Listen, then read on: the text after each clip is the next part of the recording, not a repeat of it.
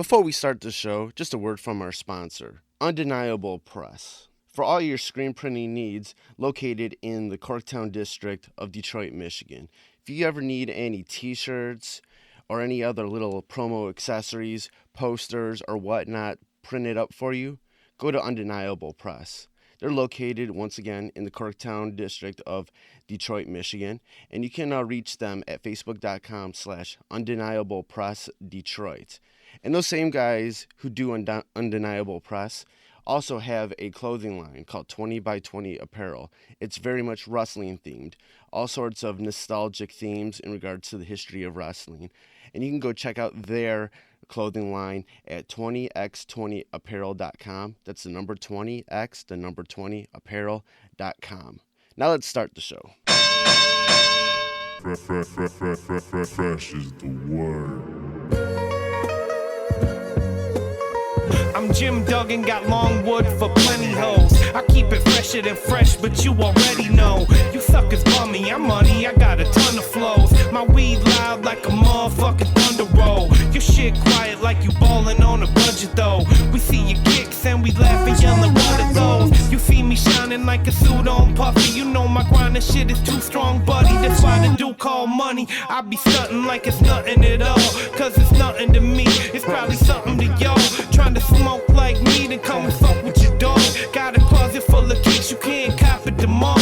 And I'm fresher than the freshest, you can tell it's in my essence. Bitch, you see the way I'm rapping, yes I do this shit to death. Until I'm running out of breath, or tell somebody cut a check. But either way you know it's fresh, and either way you know it's fresh. Fresh, we fresh. Fresh, fresh, fresh, goddammit, we fresh. Welcome to the Fresh is the Word podcast, the podcast about music, pro wrestling, and MMA. I am your host, K Fresh. And like always, we have a great show for you. Before we get into that, I definitely want to remind everybody how you can support the podcast. You can always go to freshasthepodcast.com and just share any of the links on there, the podcast, episodes, or any other articles on there on your social media. That would always help. You can also click on the support the podcast link, and there's a PayPal link you can donate to if you'd like. And there's also an Amazon link if you want to make any Amazon purchases. Use that link and it'll kick back a little commission my way. It won't change anything on your end at all. And also, you can follow Fresh is the Word on Instagram and Twitter at Fresh is the Word 1. That's Fresh is the Word number 1. And then also on Facebook, you can go to facebook.com/Fresh is the Podcast and give us a like and share anything that you see on there. Also, you can subscribe to Fresh is the Word on Stitcher and iTunes. Just go to either place and search Fresh is the Word and it'll come up.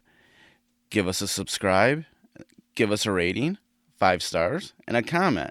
If I see a comment, I'll definitely read it on the show. All right, let's get to our show today. I have a great guest, really great interview I did with Adam Micco, the guitarist for the deathcore band out of New Jersey, Lorna Shore. They recently released their sophomore album, Flesh Coffin, through Outer Loop Records. So we do talk about what went into making that album.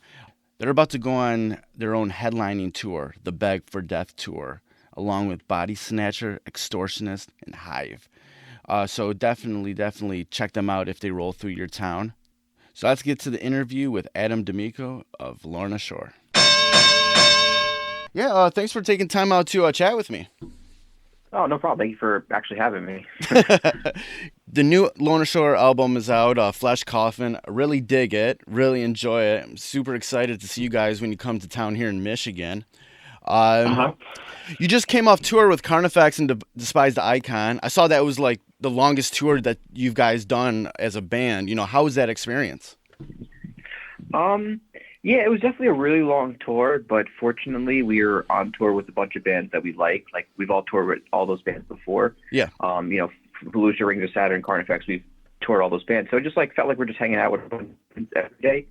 So what was a 10-week tour kind of went by really quickly because you're just kind of hanging out with everyone you enjoy hanging out with. So the tour was definitely really long, but fortunately, because we were surrounded with really awesome people, it made the tour go by really quickly. So when I think about it, how long it was, it did not feel that way. It felt like it just went by in an instant. So, yeah, it was really, really awesome. It was cool, like just, playing shows every single day, and all the shows were really awesome turnout. And also releasing our album was really awesome to do that on that tour. So, yeah, overall, it was a pretty sweet tour. So I have no complaints about that.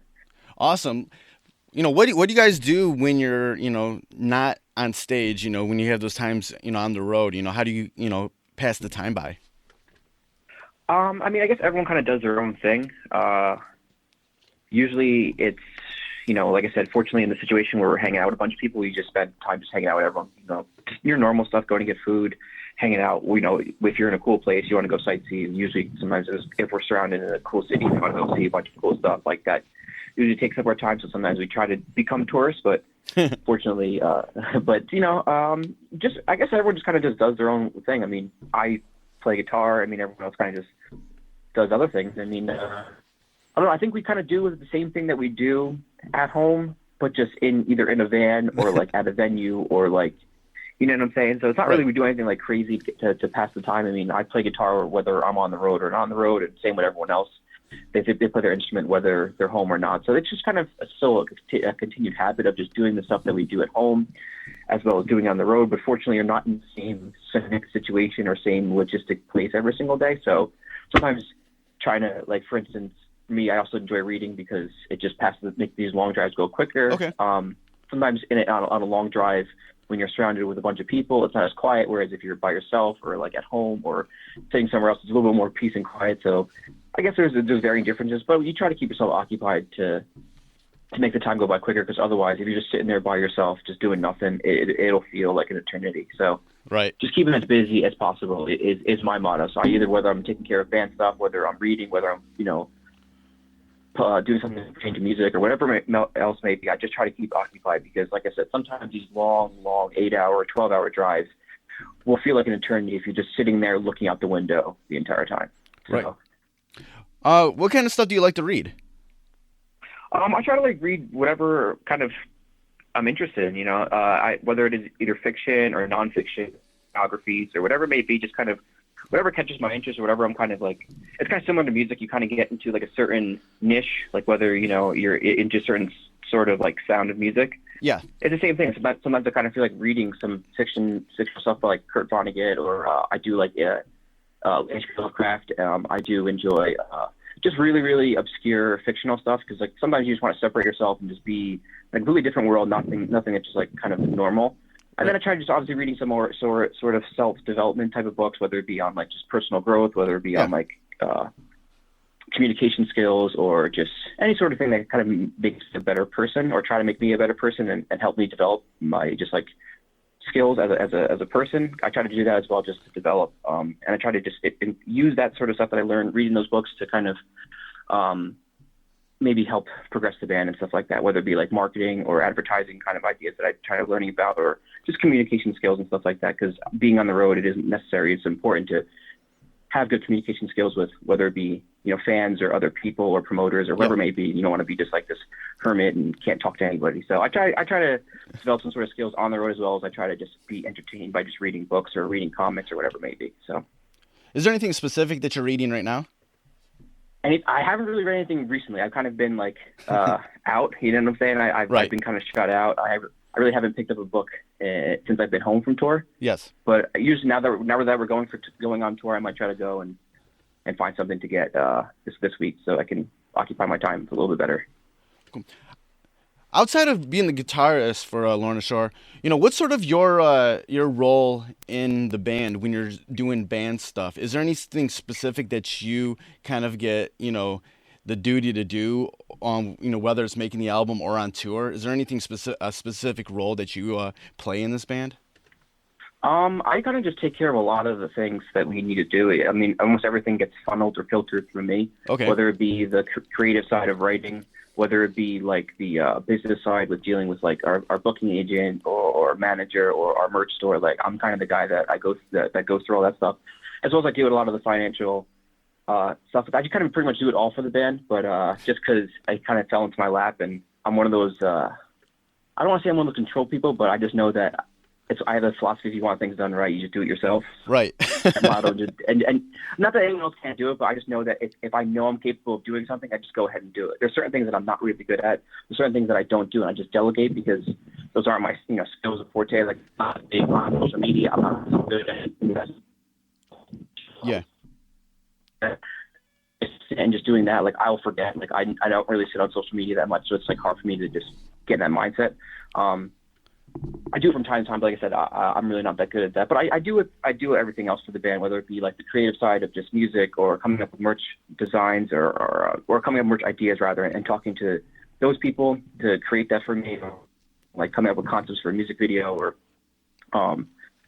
artwork or anything else like that, or whether just keeping the band afloat with money and financial stuff, or just keeping spreadsheets worth of stuff, everything else like that. I just try to keep the band as functional and operating as possible. So I have no problem just taking care of as much as I can. Just as, like I said, I know that I'm just one of those people that like, right. I like things, especially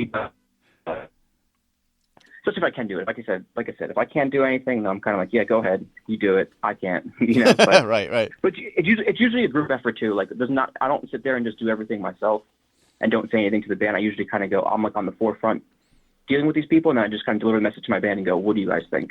Okay. And usually we're all on the same page. It's not like I just kind of take everything and do it all and they find out later on. It's more like, okay, if I'm getting merch ideas done, what do you guys think of this? And then I'll come back and delegate that. We just kind of discuss it or whatever it may be. It's usually still a group process of, it's still a band. It's not just like the Adam and here's everyone else, Yeah. But I'm kind of the arrowhead when it comes to dealing with all that sort of stuff. So I have a lot of roles in this band. Right.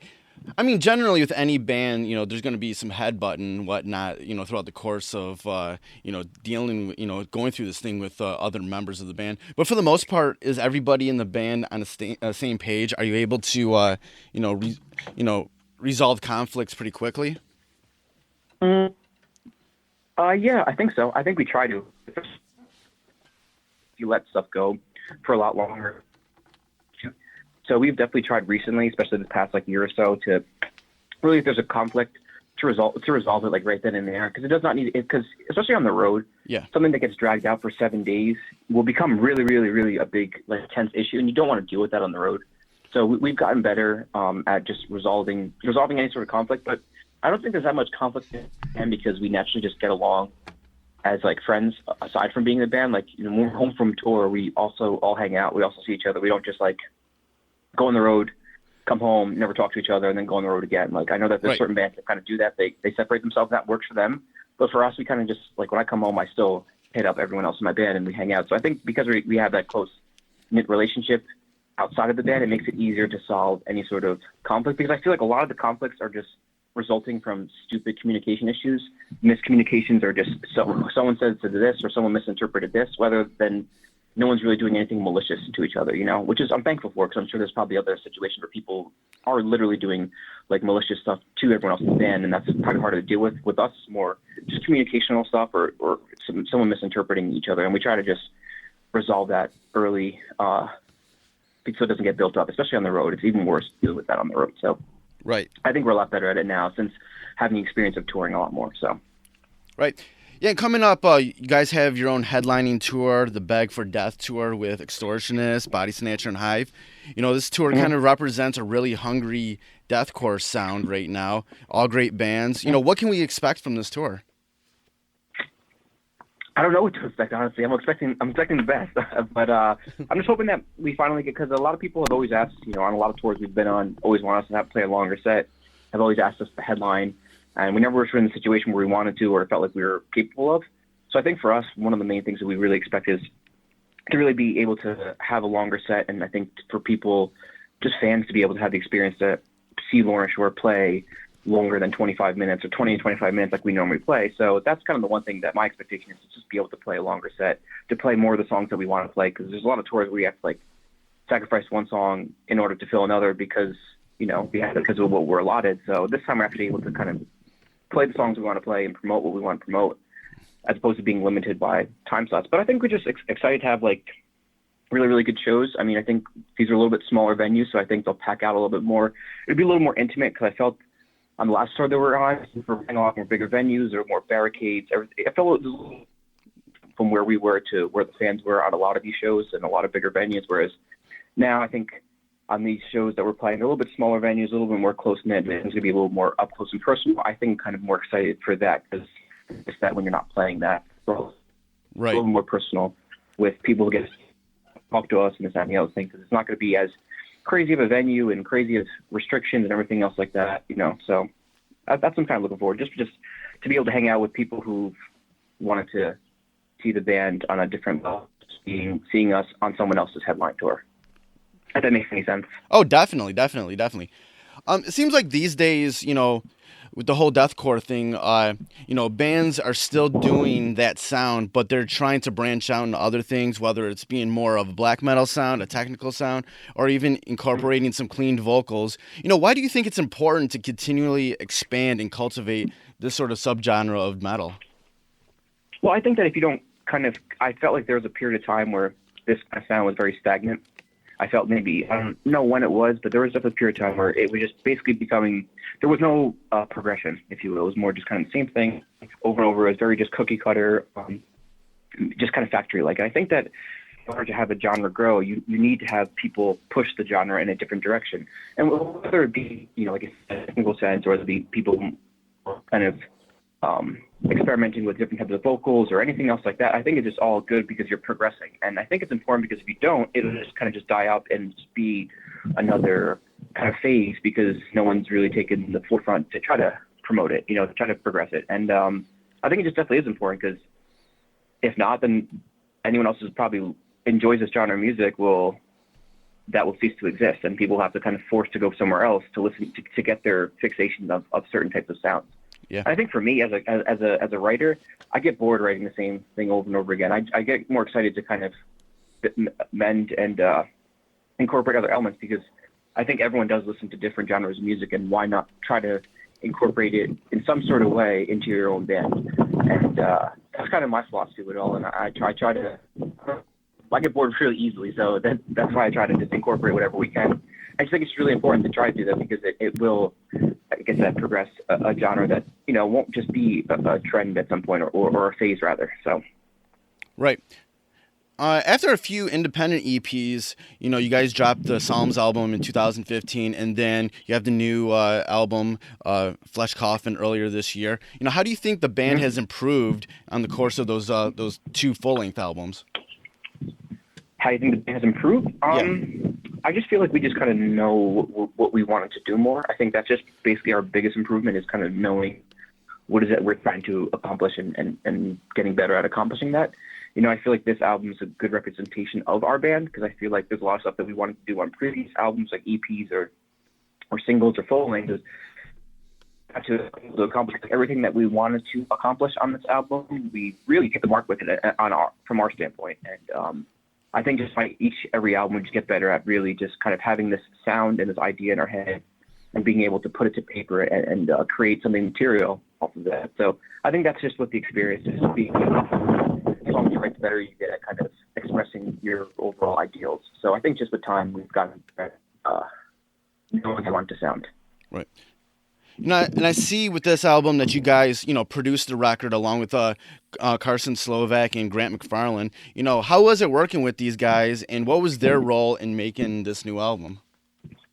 It was really awesome. I think it was really easy to work with, which makes it really important because I think that I never realized how important it was, but the fact that you're able to take your time and work on parts and just be in the right kind of comfortable environment, I feel like it's easier for you to perform as an artist rather than being under stress and kind of worried about like deadlines and you're all crunching trying to produce as much as possible. Whereas I never felt that was rushed in the least bit. So I think that was really, really important just to be in that kind of clear, to be into the comfortable environment. And that was very useful. But I think they're also really good as far as like, giving ideas. They're really like, I always second guess myself, so they're really helpful with just being like, no, it's a really good idea, or this is a good idea, or maybe try to do something like this. They're really, really hands-on with what they thought sounded good. And I think that aside from them helping us out with that, I think we also went through that refining process beforehand. Like we made sure we knew everything we wanted to do I demoed everything out. We were able to make really good decisions comparable to last albums. So I think just aside from just us being able to kind of do the record, they were really, really helpful with as far as just being super laid back, super chill, really like opinionated when it comes to certain ideas. When need be, there are certain times that we didn't need them, and there's certain times that they're really willing to help with that. So overall, like I said, it was really, really awesome experience. It was like the best recording experience we can definitely say, because like I said, it was really, really, really easy to record an album with them. So from a production standpoint, writing, recording standpoint, what did you feel like you guys learned, or what did you personally learn from making this album?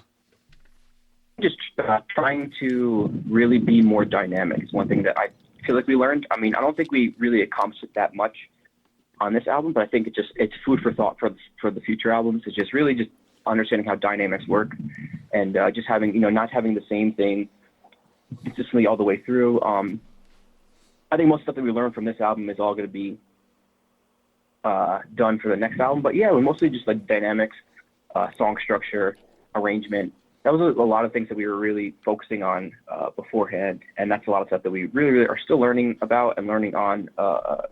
Was, like I said, song structure, arranging, just the use of dynamics of having, the complete change, because it feels like it makes the listener more intrigued when it's not just like the same thing, and just really kind of promotes that. And that was one thing that Carson and Grant were really excited about, when we would have parts that maybe not on purpose, but would be more dynamic. They really were like excited to hear a dynamic part thrown in with, something to have a little more contrast. So, but definitely just dynamics and contrast were some things that we really, really learned producing this album. And yeah. For on this album, you guys signed with Outer Loop Records. How's it been working with them? It's been good. We've worked with Mike before. Mike is our manager, so we've had a really good relationship with them. But now it's just more people involved and more people willing to assist the process. So it's really good because, like I said, I think in the past when we released Psalms, the label fell under before we got to release it. So we really didn't have much help when it came out to our album. And even after our album came out, there was no extra push because we weren't on the label. Whereas this time it's like, I think the modern standpoint of a band on a label is like, okay, just do all this work before the album comes out, and then once the album comes out, then see where it goes. I think that was our mindset. And now it's like, even our albums out, we're still trying to find other ways to kind of promote the band in other sort of avenues and everything else like that. So it's cool to have other people who have more experience with that, and when it comes to just marketing or promoting or anything else like that. So it's just cool to have a whole team kind of behind you, willing to help you out. Right. From the early years of the inception of this band, what's kind of like your fondest memories of those sort of early years when you guys were sort of playing with the sounds, trying to figure, shit out? What's some of your fondest memories of that time? The early years, there's not that many fond memories, but it was more so mistakes that we made. But I don't know, that was definitely some of the stuff that I could think of, like making a lot of huge errors and arguing about dumb things that doesn't really even matter in the grand scheme of the context of a lifetime. But right. Some of the earlier members I definitely think is when we did our EP Malficium. I think we did that all ourselves. We funded it all ourselves. We recorded with an awesome producer. I think like to be able to do everything all on our own back, we'd have to like resort to anybody else. We made all the decisions ourselves. We were kind of just before that, we're always trying to like find a manager or a booking agent or a label, and just so they can take care of us. And I think when we did our EP Malficium, from the recording to us sending out pre-orders in my drummer's apartment and everything else like that, it was just really awesome just to be able to be a self-sufficient band. I think that's something that you don't really kind of see a lot nowadays. I feel not as often. I feel many bands are more reliant on like everybody else to take care of them, whereas we were just earlier, before we even got signed and started touring, we were able to take care of ourselves. But that was definitely my best memory of the early parts about being a band, is being able to make your own decisions and seeing that those decisions you're making are actually benefiting your band. So definitely that stuff. Definitely our Malficium EP era. Yeah, definitely.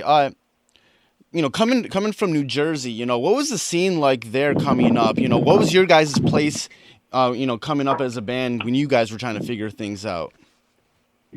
Yeah, we grew up in a scene that isn't really a metal-induced scene, it was definitely more hardcore based. So it kind of forced us to adapt our sound to kind of fit the local area. You know, most of the bands are a lot more heavier, a lot more hardcore based. There was not really many metal bands, and we kind of wanted to be a metal band, but still be relevant to, you know, all the local shows. So we kind of adapted our sound to kind of fit along with the local scene, and that sound is now kind of part of what we sound like, you know. So I definitely think growing up in Jersey definitely gave us more eye-opening experience, just be more versed in different kind of sound, different types of groups of people, because like I said, it's different from everywhere else I go. Everywhere else we tour is more like predominantly a certain type of sound. So it's definitely grown us to be the band we are. Right. When you were kind of coming up in New Jersey, you know, when was the first time you guys, you know, went out of town? When did you make that decision where you're like, okay, we got to go somewhere else, you know? And what did you guys do where did you go? Fortunately, Jersey is a very small state, so it's really easy to get out of state, you know? So right. I think since I joined the band, we were always already playing in Pennsylvania or playing in New York. So I just think that it was a lot of the reason why we kept doing it more often was because maybe shows weren't really going on as often at home. So we're like, well, let's just try going out to Pennsylvania. Let's try to go out to New York. Let's go down to like Baltimore. So we had like a small time booking agent at the point in time, and he was able to just get us out of state as often as we wanted to, like every weekend. And it was more so because there was limited shows that were going on, or we couldn't get on them. So it was like, fuck it, if we can't get on these shows, let's just go somewhere else. Right. During that time, was there any other bands sort of like in that northeastern area that you would always cross paths with? Definitely earlier was like the Last and Seconds of Life, because they're from that area. They're from Pennsylvania rather. So we used to always like play shows like with each other and stuff like that. And definitely crossed their paths like really, really early in our career. And they were like way bigger and doing it more often than we were at that point in time. But yeah, that was a band that we've always used to like play shows with like way back when, and that's still kind of playing shows and touring. Great. All right, man, it's been great talking with you. I'll let you go. Where can you find out more information about Lorna Shore online? Just go to our Facebook page, facebook.com/Lorna Shore. Follow us on all of our like social media, whether it be Twitter or Instagram, or subscribe to us on YouTube. Or any of our personal accounts. Right, definitely. All right, man, it's been good talking with you, and I can't wait to see you guys when you come to Michigan. Hell yeah. Cool, man. You have a good day. Thank you. Thank you for having me. Oh, no problem, man. Okay, that was my interview with Adam D'Amico, the guitarist for Lorna Shore. It was definitely cool to talk to him. And now we get to the discussion part of the show. And like always, I'm joined with my co-host, Detroit hip-hop artist, pro wrestling and MMA connoisseur, and proud Marine, Vstylez. What's up, dude? What's going on, Kelly? You all right? Oh, man, I'm great, man. I'm feeling all right. I'm a little sore from continuing to go to kickboxing class, full body workout. I'm still not used to, but it's getting there. That's a good sore then. That's not a bad sore. Oh yeah, it's definitely definitely a good sore. Definitely. I can barely move my arms. Feel real heavy? Oh yeah. I was like shit. Hey man. Hey, feel the burn, man. Feel the burn. I'm still geeked from last night, man. I got a chance to be a kid again and right. Sing with thousands of people, some of my favorite records of all time, man. I went to go see Tears for Fears and Hall of Notes yesterday. And, like I said, my jaw, my muscles in my face still hurt from singing and smiling, all night. I got they did all my records. Man, Hall of Notes did all my fucking records except Method of Modern Love. And I'm okay with that, because they did everything else, man. Look, Say It Isn't So came on, you should have heard your boy. It isn't so. Oh, man, in my glory. Yeah, man. If you go to a concert and you're not sweating by the time you leave, you're not enjoying yourself. Right, exactly, man. Shoot, a lot of people are way too cool for school, man. Going to some of these concerts, man. Shoot, I'm singing, baby. I'm there. Oh, hey, dude, dude. When Tears for Fears sang "Head Over Heels," I was in heaven. I was like, right. 'Cause I'm head over heels. I put the notes. The notes was just like, yeah. They was looking like, that boy know these records. I was like, yeah, you're not the only one, baby. You're not the only one. And see, all right. The craziest thing is like those is Tears for Fears and Hall & Oates were those particular types of artists that transcended all races, man. Like black folks love them, you know. Right. Like you know what's ill? I was telling somebody today when I was a shorty, and I ain't trying to put an age on myself, but it is what it is. When I was a kid, I remember when FM 98, like they played Culture Club and they played Kenny Loggins and they played Michael McDonald and they played Hall & Oates, and we didn't know that they were white. We had no fucking clue. Right. We just knew that it fit the format of whatever, station that it happened to be on, and it wasn't until, like, I didn't know, I used to sing Time Won't Give Me Time because time makes lovers feel like they got something real. I used to sing that shit and not even knowing that Boy George was, what he is. And right. that that's the amazing part about it, man, because that's the beauty of music. You don't give a fuck about, it's either it's dope or it is not dope. And it's just, music transcends everything, race, it brings, it's just like something else that brings a lot of people together, and I'll leave that in the air. But music's supposed to bring you together, man. I learned about a lot of artists before we got on this separating type shit, man. Like, people won't believe. I used to tell people, like, look, man, Kenny Loggins used to get spins on FM 98. Right, man. That shit, like that record. That's funky, man. They didn't fuck with him. They didn't fuck with him when he put Footloose out, and I understand it. But he got records that stand. Michael McDonald. Can't tell me that's one of the greatest soul voices of all time. Man, right. So when I seen these groups yesterday, man, it just took me back to when I was a shorty, when it wasn't all this separate shit. If it was separate shit as far as people not being together on the same page, I didn't know shit about it. I just knew that this is what I love, and it just took me back to my childhood, man. Like I said, I'm still smiling, man, because that shit was on point. Definitely. Daryl Hall by far is, I don't know if I can say this, but yeah, he might be the most underrated and underappreciated overall artist of all time. That dude is dope. Super dope. Oh, of course. His jam sessions are just phenomenal. The shits that come on VH1. Like, that dude, whatever it is, he has that it. It just was real shit, man. Yeah, Daryl Hall, boy. We like Oates too, but Daryl Hall, that man. Yeah. Mm-hmm. That's fantastic. Yeah, I wish I could have made it to the show last night. Man, Kelly, we would have marked out. That's all I needed. I needed to. I mean, I had a road dog with me, the opposite type. Right. But if you was there, oh man, dude, they probably would have had to carry me out, and I had to keep some level of coolness going on. But yeah, dog, I know what you mean. Dog, you don't want to, because I'm getting looked at. They looking at me. And I ain't looking at them, not giving no fucks, because right. I'm in my happy place, man. I was straight up Happy Gilmore. I was in a happy place yesterday, and it was like, fuck y'all. I don't care if y'all like my singing.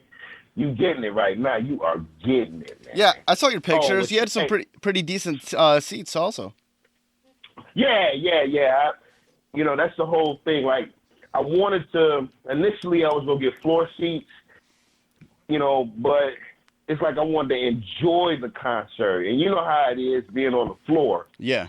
You know, so I really wanted to be close, but I wanted to be at a respectful point to where I could just, you know, I know I'm bald-headed, but I just wanted to let my hair down, man. And, yeah, right, just sit there and watch, man. Just like, yeah, man. Yeah, that shit man. was great, man.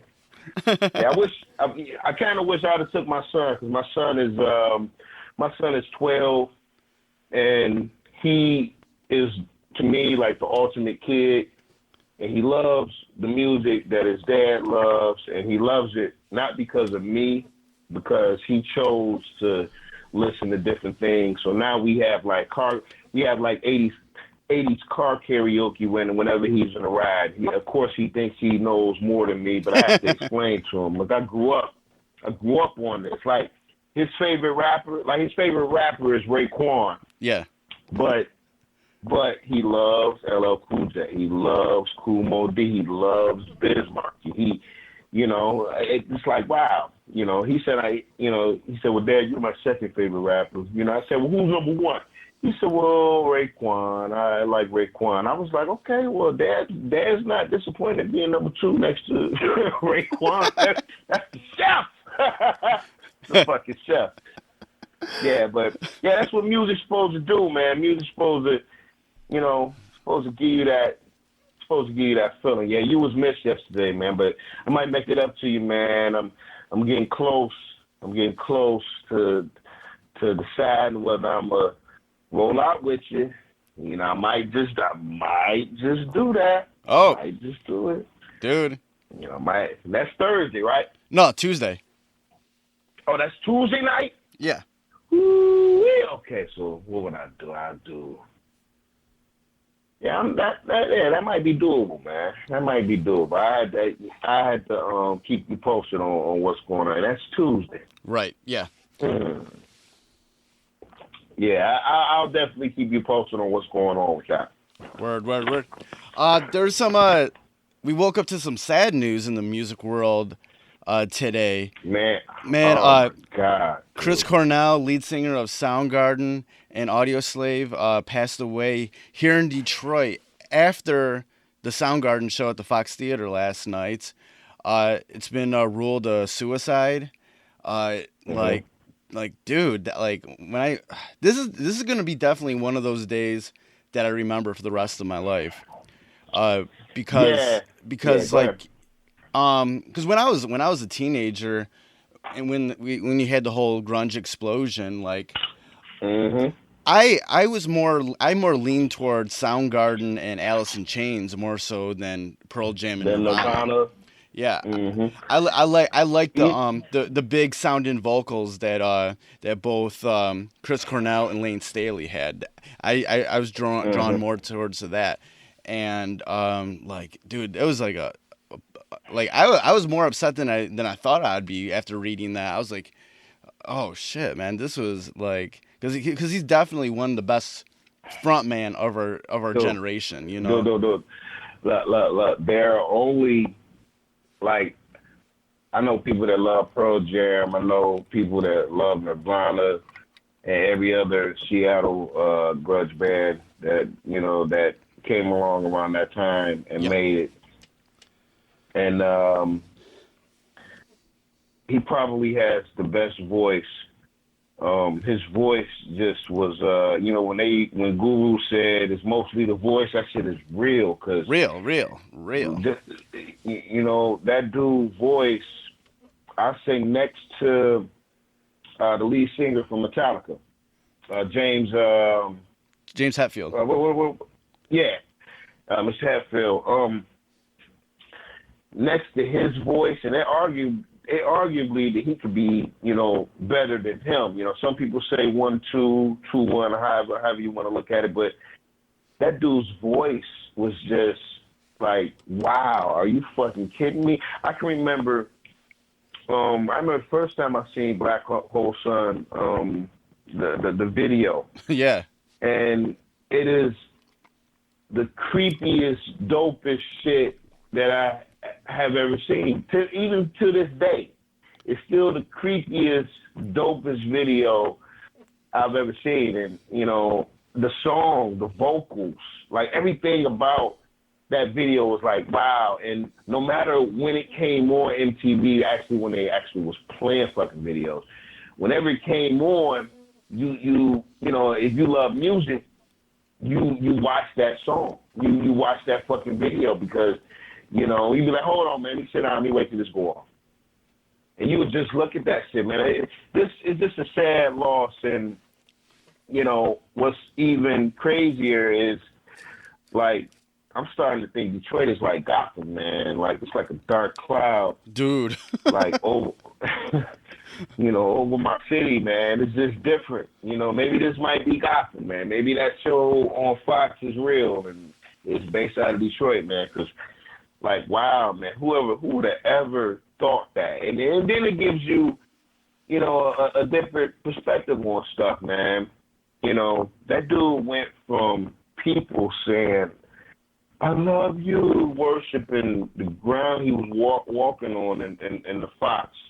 Yeah. Men, women of all ages I'm pretty sure just was in heaven for those moments. And on the outside looking in, when we're looking at somebody like that who's an obvious icon and a superstar, and we looking at him like he has the world in his hand. Yeah. And then something like this happens, and it lets you know this dude was human. So whatever it was he was going through, you know, I think sometimes people can see certain things, and I think even that night he probably was showing different things that was making you, you know, make you wonder, like, what's going on. And I've dealt with suicide before, man. I had a girl that I was going to marry, man, and, you know, I was working. I was dating her for 3 years when I was at this one place, and, you know, I used to be, you know, not the best boyfriend, you know, just didn't care, young, doing stupid stuff. And, yeah. You know, we wound up breaking up. And, as you know, when I started to become of age, man, that, you know, being a better human, I said, you know what, I really treated her, you know, not like she, you know, she should have been treated like the queen that she was, you know, right. She had my back.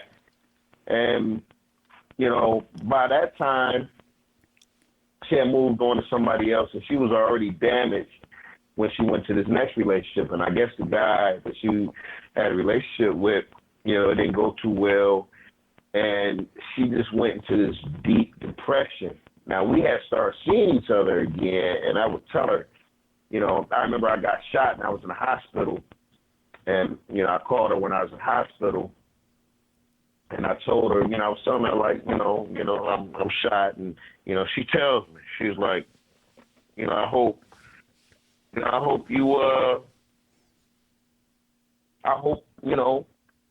something bad happens to you. She basically told me that. And I'm like, wow, that's pretty messed up, you know, because you don't, right. Sometimes you just don't know how you affect certain people. And obviously I affect her to a point to where she needed to tell me that. And it was like, wow, you know, I didn't know. So, you know, you see the signs, man. You see the signs, you know. Hopefully his kids is okay, and, you know, we still have his music. Right. You know, we can enjoy the music, man. But yeah, definitely sad for music and sad for anybody that was a fan of him. Yeah, like so salute. Yeah, salute like in hindsight, looking at the show last night, you know, there was, you know, a lot of word coming out, you know, that there was a lot of weirdness with him last night, and on the Free Press did a really good coverage of it. A friend of mine, Ashley, who writes for the Free Press, she was at the show last night, and kind of after the news broke that he passed away, she wrote this whole article kind of talking about all the signs that she saw last night.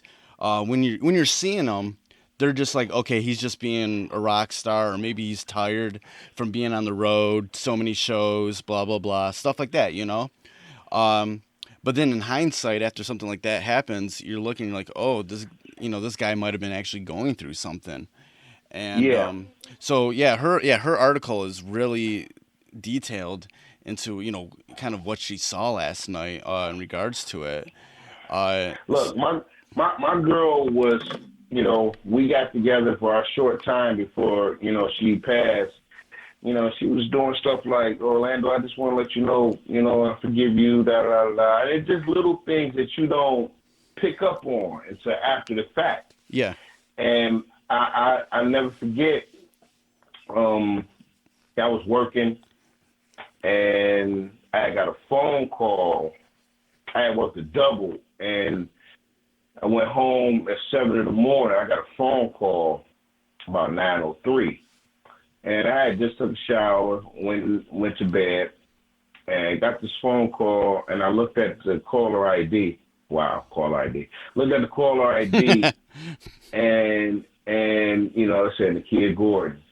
And I looked at it, and I said, I'll give her a call when I wake up. And to this day, 9:03 a.m., I still live with that number as far as 9:03 a.m. Yeah. I still look at the clock every day at 9:03 a.m. But I live with the fact that, damn, maybe she was reaching out to me and I could have did something. And I didn't pick the phone up. I took for granted that I was going to talk to her later on. Right. And it changed my whole perspective, on life, man. So, yeah, man, definitely a sad loss tonight. Yeah, it's crazy when yesterday, excuse me. Yeah. It's crazy when you kind of think about things in regards to mental health and suicide, any sort of behavioral issues. It's such a wide spectrum when it comes down to it that everybody is triggered in different ways and act in different ways or reaching out in different ways or being bothered in different ways. That it's definitely hard to kind of see those warning signs ahead of time, and but like also sometimes just having that being able to pick up that phone call or making that sort of reconsider, even if it's just for a second, might save a life, so you're always thinking about what if I picked up that phone, or what if I was there, or there's a lot of what ifs after the fact. I do. Look, all the time, all the fucking time. It never goes away. It's been, it's been about 20 years. It never goes away. It never goes away. So, and you always think about that with anything, sort of like with anything. And you kind of think about this with any sort of like tragedy like that, with where somebody passes away or you get shot or whatever. Like what if you did one thing different, that day, or what if you did go out with that one person or whatever, would that other person's course of, action changed or something like that. Like the one story that always pops in my mind is if would this person still be alive? With me, actually does involve Proof passing away. I remember the day before he passed away. Salam Rock, he was living over like in Hazel Park at the time, and just out of the blue, he texts me or calls me and says, you want to hang out or whatever, and I was just so beat that day or just hungover from the night before that I was just like, nah, man, it's like, then I thought about it, like, after Proof passed away. I was like, okay, what if I went and hung out with Salam, and then we went and met up with Proof, and then we went and did something different than what he ended up doing? Like, man, you know what I'm saying? Dude, 100% know what you're saying. Right. It's shit like that. That's been a little thing that's always stuck in my mind. I'm like, what if I went and hung out with Salam, and then me and him and we met up with Proof and them, and then we didn't go to that after hours, or one of us were able to calm him down, or a million different things. What ifs. Like that always stuck out in my mind. Yeah, I miss Proof, man. Proof was, real. That's real shit, man. That's super real shit, man. Yeah. Yeah. It ain't a day that I don't see 903 and think about, damn, I should have picked that phone up. It is what it is, though, man. You move on. You keep the memories, but I'm still affected by that, man. I'm definitely still affected by that. Yep. Moving on to some more happier subjects. I wanted to. I talked about this on my Facebook and social media recently. Basically, last year when it came down to this podcast, for the summertime, I just took the time off. Went and did a bunch of things, rock festivals, camping, wrestling things and stuff. I took the whole summer off. I remember. I think this year, because I'm in such a good place with this podcast, I'm looking to expand more. And let's get it. And two things I'm gonna do is I'm gonna add another episode to the podcast that is more centered around non-main roster WWE wrestling, like NXT, all the indies, all the Japanese stuff. And I know somebody I want to do that with, so I'm probably not going to do that every week because that sort of stuff doesn't move as quickly as WWE stuff. Maybe every 2 weeks or once a month. But I definitely want to do that soon. Just because I felt like as I'm building, since you've come onto this podcast, and once I've just kind of kept it growing, there's been certain things that I haven't been able to fit in, and it's been more of the Japanese wrestling and stuff like that. I want to talk more about that stuff. So I'm gonna develop an actual, an episode maybe every couple weeks or once a month that's just so specifically dedicated towards main roster WWE wrestling. So I'm gonna do that. That's dope. Yeah. Nothing wrong with doing that.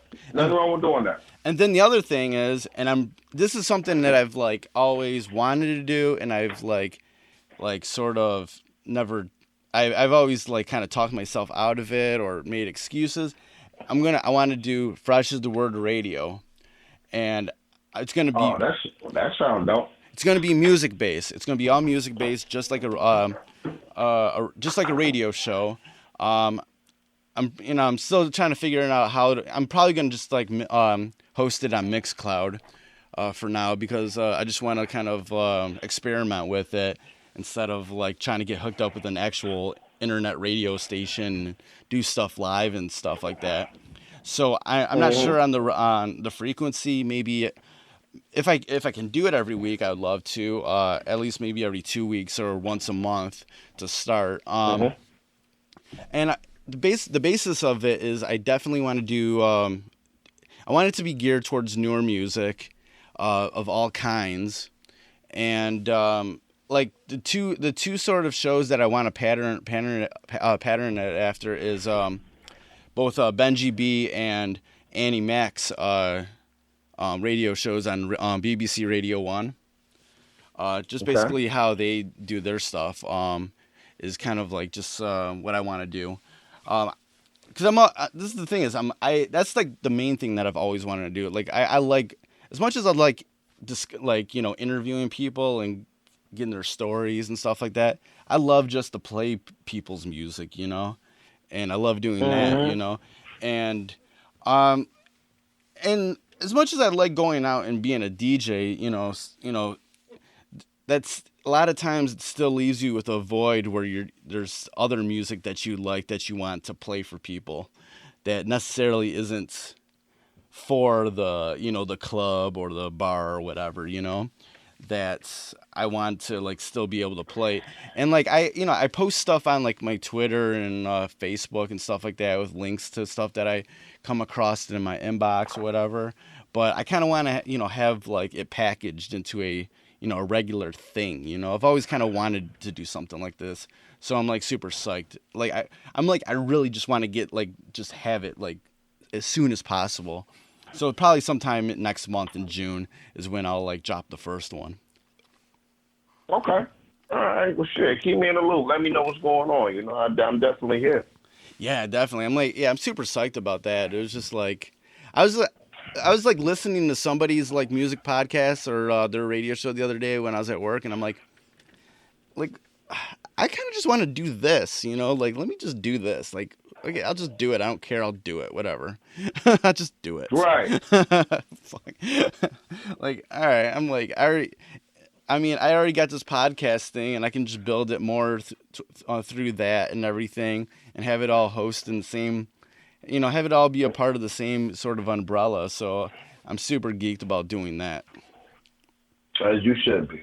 Yeah, definitely. As you fucking should be, for real. Yeah. All right, moving on towards the world of MMA. This past weekend was UFC 211. I really enjoyed this pay-per-view. There was a lot of good fights. In the main event, Stipe Miocic knocked out Junior Dos Santos in the first round. And dude, okay, between that fight and early on in the preliminaries, the Chase Sherman versus Rashad Coulter fight. Dude, oh man, the heavyweights were heavyweighting, man, that night, man. We were getting some heavyweight action, bro. And I just want to put this on record. King on the Wall called me Daywalker before he called the other dude Daywalker. Dude, I've been Daywalker from day one, and I'm claiming that name, Rashad. We got to fight over that name, bro. Cause I even put it in the rhyme. I put it in the rhyme on my last album. Bro, when that's right. I was like, okay, I had the prelim fights on, and I was just kind of doing some stuff around the crib, and when I heard like the names of both of these guys in this fight, I was like, the Daywalker versus the Vanilla Gorilla. I was like, what the fuck? Yeah, that shit was real. Yo, even DC laughed at that shit. He was just like, man, we got the Daywalker versus the Vanilla Gorilla. This is amazing. Yeah, that shit was real, bro.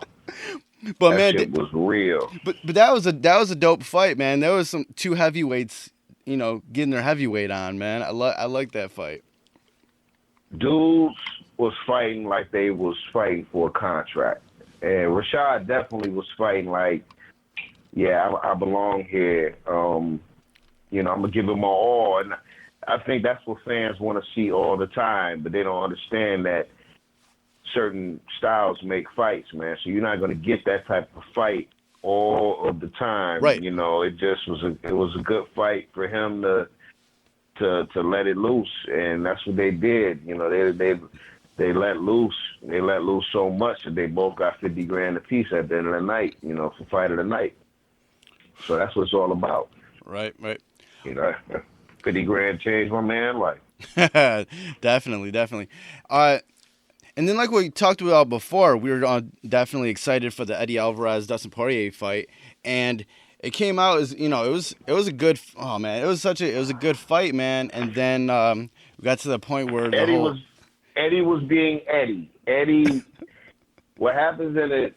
People really not familiar with Eddie Alvarez. Traditionally he gets rocked. Mm-hmm. I like to call it the wake up punch. Oh yeah, and he got that. Once he get woke up, it's like he turned. It takes him getting hit for him to be like, okay, let's go, motherfucker. Yeah, man, he got rocked in the. Yeah, that didn't happen in the Conor fight, because from what Eddie says, he hits, like a fucking bus. Right. But all in all, Eddie Alvarez is traditionally he always have good fights, man. And Dustin Poirier, I'm not gonna say he was out of there, but to me the momentum had easily switched, and one punch from either one of them could have ended the fight, man. I would like to. They need to redo that. Yeah, it looks like they're trying to, but it looks like Dustin Poirier did get a concussion for that fight, so it's going to be a little bit longer than normal for that rematch to go on. But it's like there, like I was like texting you that time that night after the happened. I'm like, man, it was such a good fight and such a disappointing ending, and these whole rules in regards to knees and everything is so confusing. But Herb Dean was the ref for that fight, and he actually went on the MMA Hour, and he also did some stuff on his social media to explain more, I guess, more for the casual fans and other people about what they deem grounding and stuff like that. And I kind of understand, where he's coming from where he's standing. And the thing is, once those knees happened, I knew at that point, I was like, okay, Eddie Alvarez is not doing that maliciously just because of where he was at.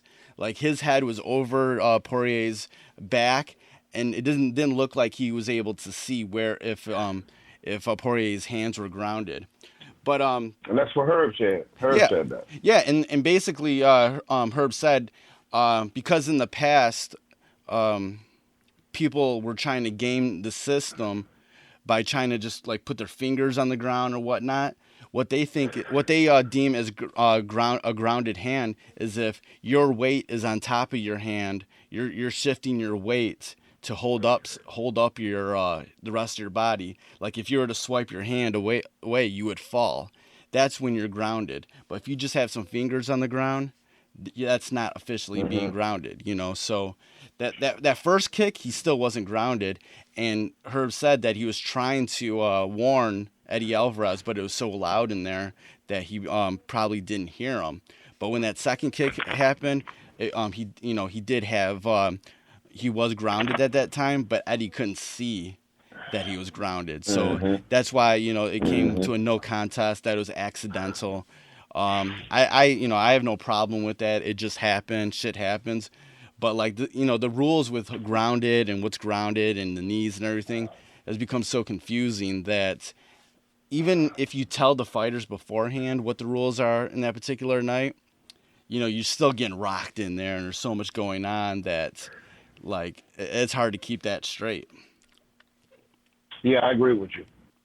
I find myself, at times, especially with the unified rules being changed, sometimes I'm like, damn, is it one or two? Because every week it seems like it's a different fucking rule. Right. So I think we all need clarity on that to move on.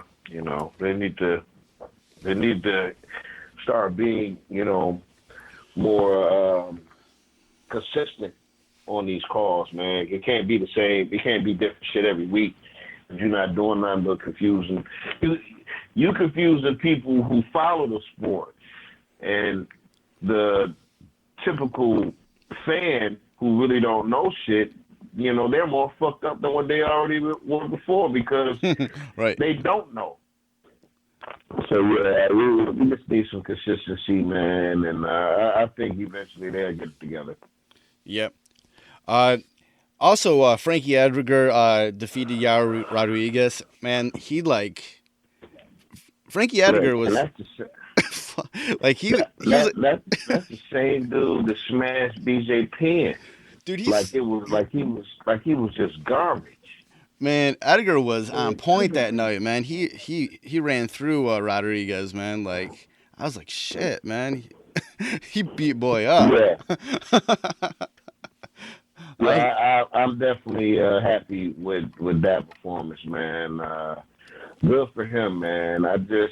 It would be dope to see Frankie Edgar get another title shot, man, and win.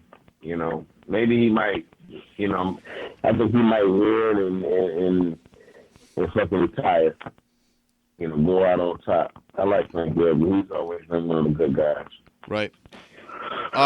Damian Maia defeated Jorge Masvidal in a split decision.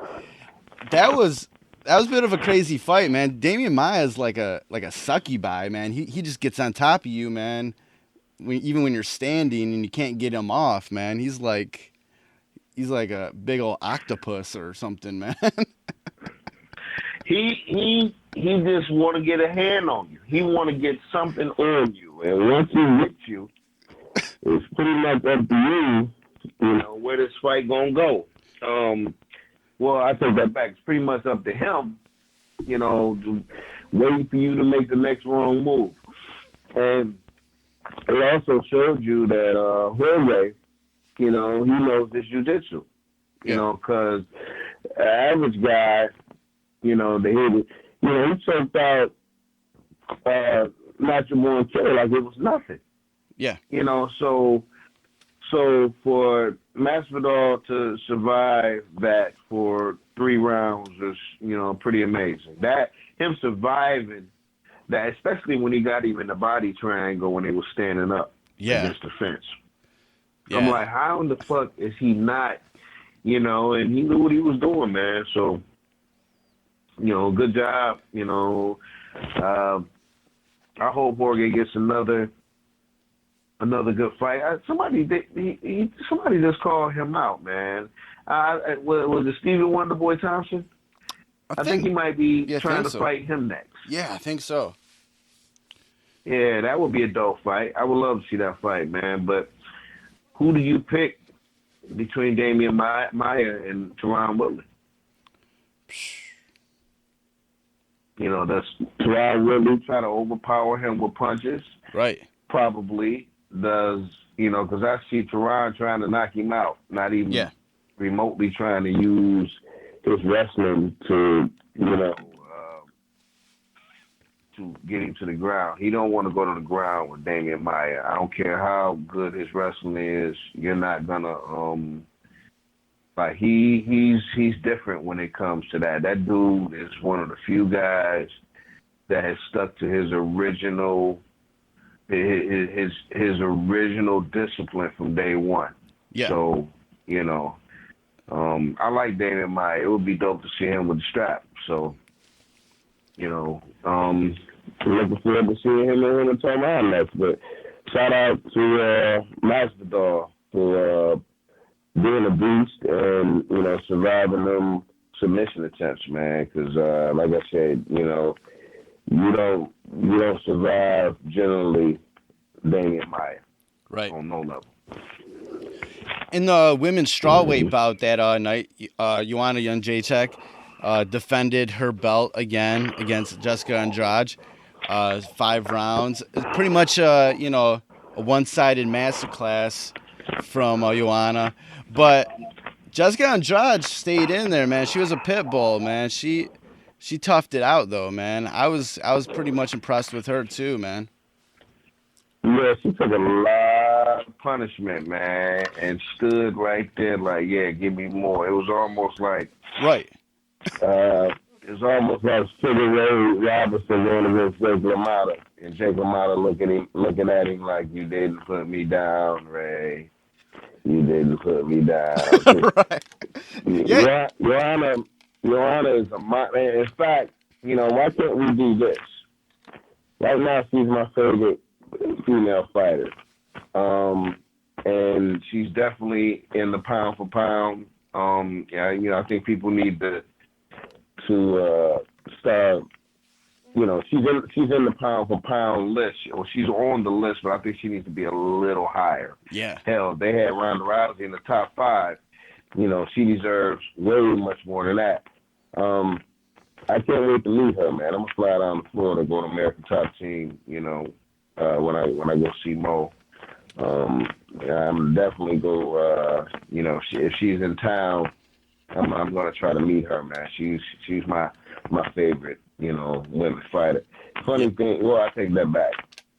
Please forget women. Hold on, I gotta say this back. I'm sorry, Chris. I didn't mean to say she was my favorite woman fighter. You're my favorite woman fighter. I don't even like saying woman, but you're one of my favorite fighters. Right.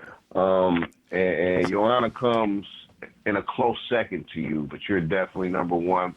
But I still love her as far as, she got heart, and her striking is second to none, man. So, we need to, it's amazing how the world can get behind Ronda Rousey, and, she had one move.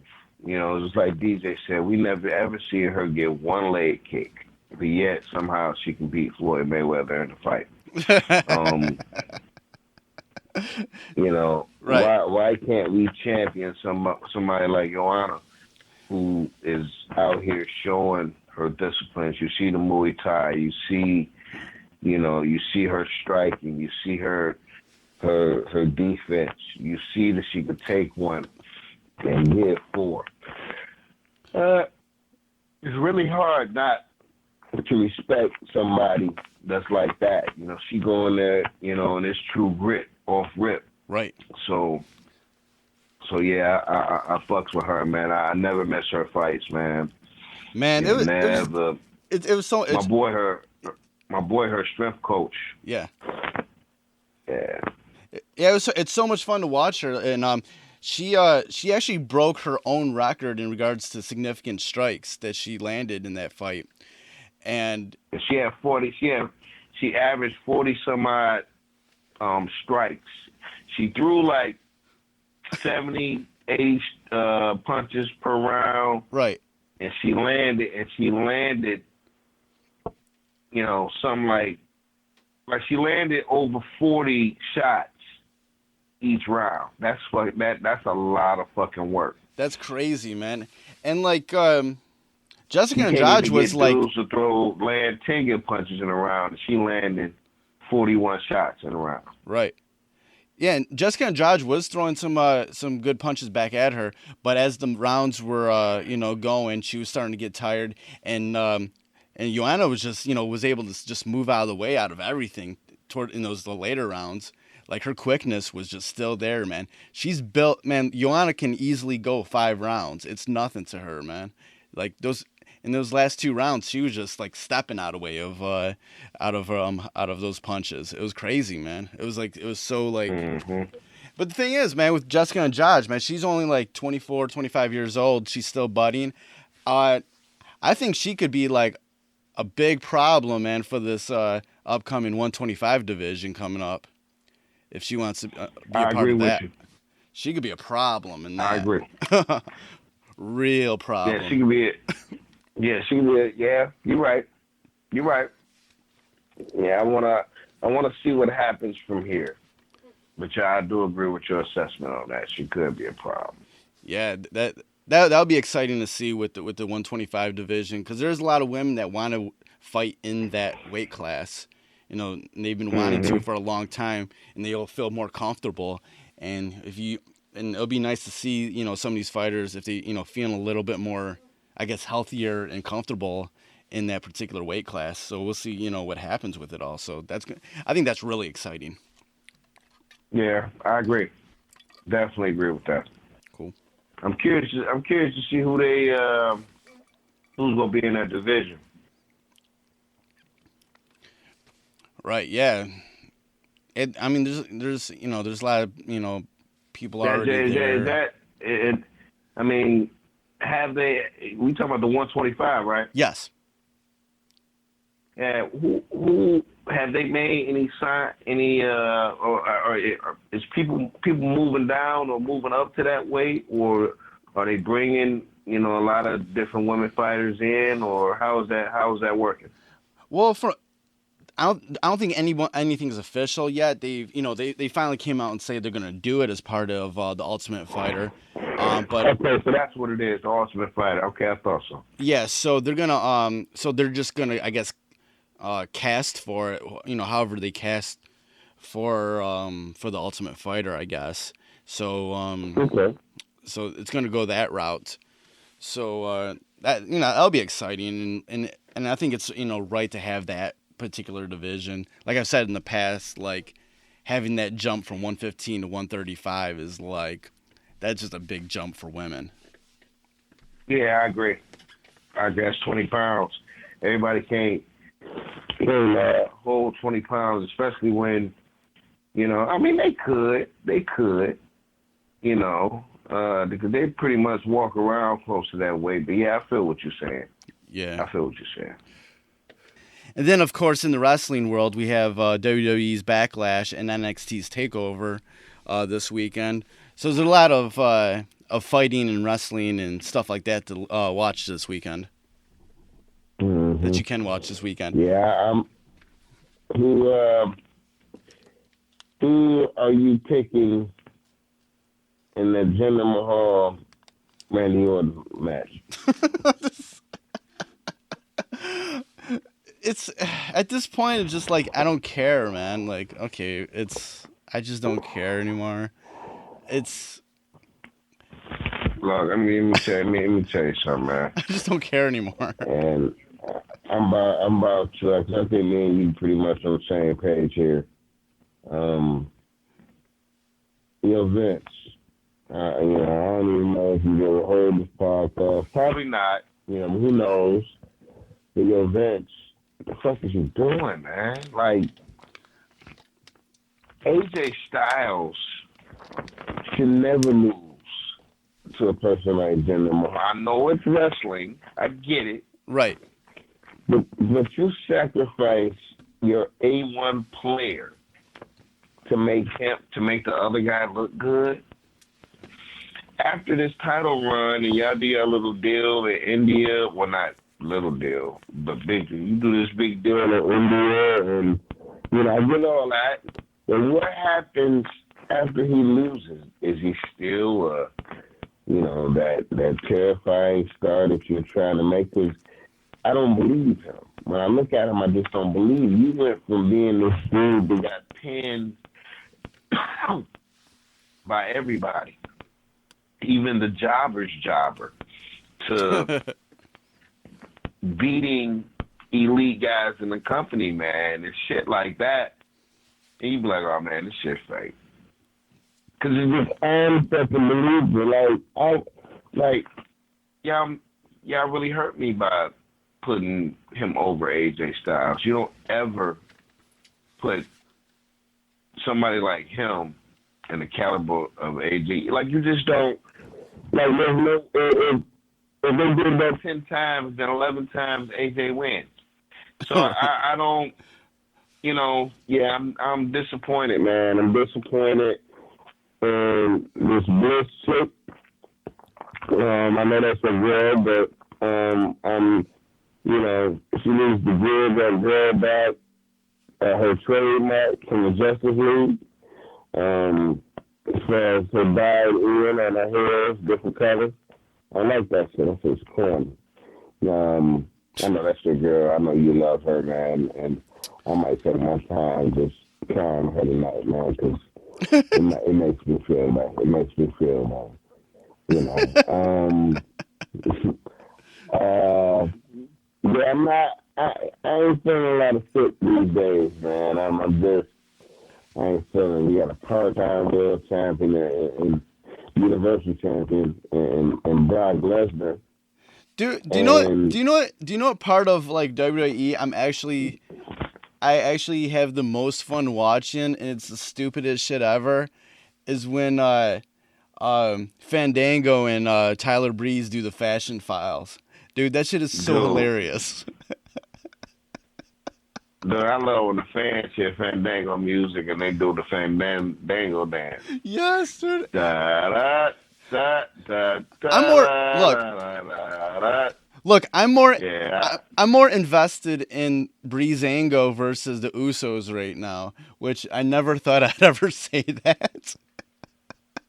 Oh man, the Usos, they still blow. Like, I don't care. You can put AF1s on. You could change it. Like, I felt like this. I get what you're trying to do. Yo, I felt like this past week, man, like the Usos just got done watching Menace to the Society before they came out. Right. That's exactly what it felt like. I was like, what up, my G? What up, my G? I was like, what? We are the ooh. So I'm like, it's like the fuck out of here with that cornball shit. I hate that shit, man. I'm like, there's something different about these guys this week, man. I feel like they just got done watching Menace to Society or something, man, and just they went from you know, being the Usos to being Crime Time. Right, man, right. It's like, man, that ain't your personality, man. You should come off as past the Rick Paul type dude. Now all of a sudden it's like, man, come on, dog. Who you gonna feel, man?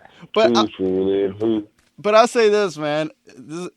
Going back to Fandango and Tyler Breeze, man. Those two together actually are really hilarious. And there's little shit that kind of comes out in those Fashion File segments that is actually really hilarious.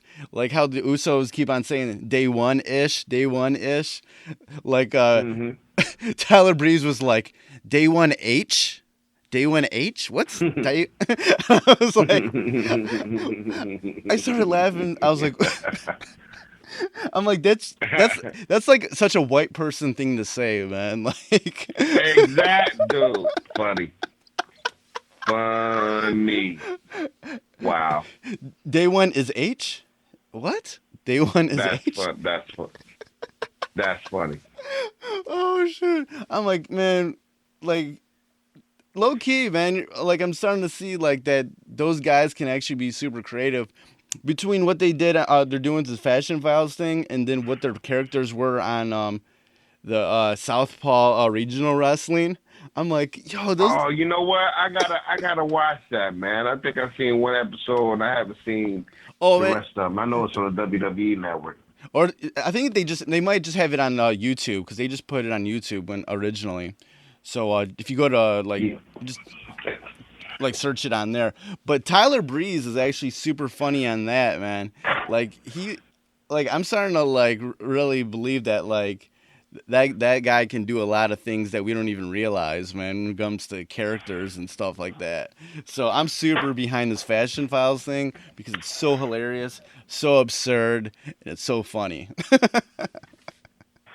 Sometimes it takes something like that, man, to get ahead. Shoot, man. But besides that, man, the only thing I'm really like looking forward to at the pay-per-view this weekend is the AJ Styles versus Kevin Owens U.S. title match. Yeah, but I don't know what to expect now. The WWE it seems like they're trying to lessen the Styles brand, and you should never lessen the Styles brand because, you know, we all know who should win the match all the time. Right. And it's AJ Styles. It should never be to anybody that's less than him. I'm just being 100.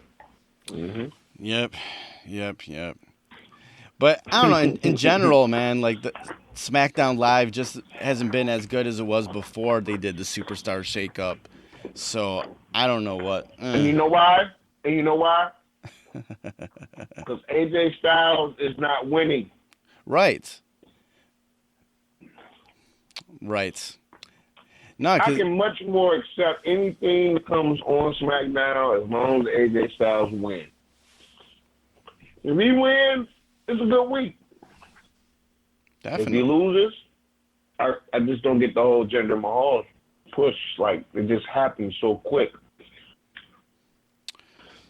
It wasn't even a build-up. Rusev didn't get the love that this dude is getting, and he ain't put in work. Right, right, definitely. No, I would much rather see Rusev be like in this position, you know, because he actually put in the work, man, and they had a thing in the beginning of his run that was actually really good, man, and I don't know. overnight Jinder Mahal beating AJ Styles. Get the fuck out of I'm here. glad I missed that, dude. I was like, I didn't get home to watch that, and I heard about it, and I was like, I'm glad I missed that. Hurt my feelings. And I'm saying to myself, yeah, the WWE ain't gonna put this motherfucker over this week. Dude, it ain't gonna happen. Then that shit happened. I was like, man, I ain't even watched the rest of the show after that. I cut that shit off. I only watched a little bit. I only watched like the middle part of it because then like there was other stupid shit happening, and I was like, you know what, I'm just gonna go to bed, man. I don't know if I want to even watch the rest of this. And it's weird though. The sort of push that they're doing with Jinder Mahal is like a sort of push they should be doing with other people, like within their feuds, but they haven't been doing. It's really weird, man. Like I don't know why they're doing it like so. I don't know. It's just weird to me. It is fucking ultra corny, bro. Super ultra corny. Mm-hmm. Yep. I will say it every time. Say it every fucking time. Yep. Well, I think that's about it for this week's podcast. Vstylez, tell them where they can find you online. Hit your man Vstylez up at facebook.com/Vstylez. Or you can hit me up at my official artist page that's verified at www. Or is it 3 W's? Yeah, it's 3 W's. 3 W's facebook.com/official Vstylez. That's official Vstylez. You hit me up on Twitter /Vstylez and Instagram at /Vstylez. Vstylez. Word up. Thanks for listening. See you next week. Peace. Fresh is the word.